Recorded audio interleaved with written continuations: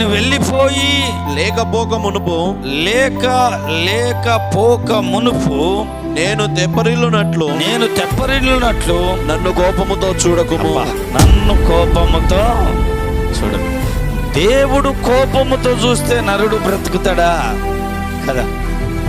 దేవుని బిడ్డలారా, ఇలాంటి ప్రార్థన చేస్తే దేవుని దయ మనిషి మీదకి రాక ఎలా ఉంటుందండి? హల్లెలూయా.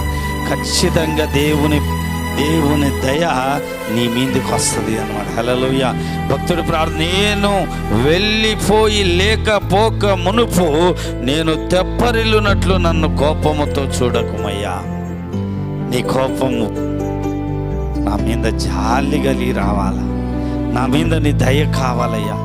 నీ దయ నాకు కావాలి కదా. నీ కృప లేని క్షణము నేను ఏమవుదునో తెలియదు కదా. ఆయన కృప కదా. యేసుని గారు ఒక పాట రాశాడు కదా,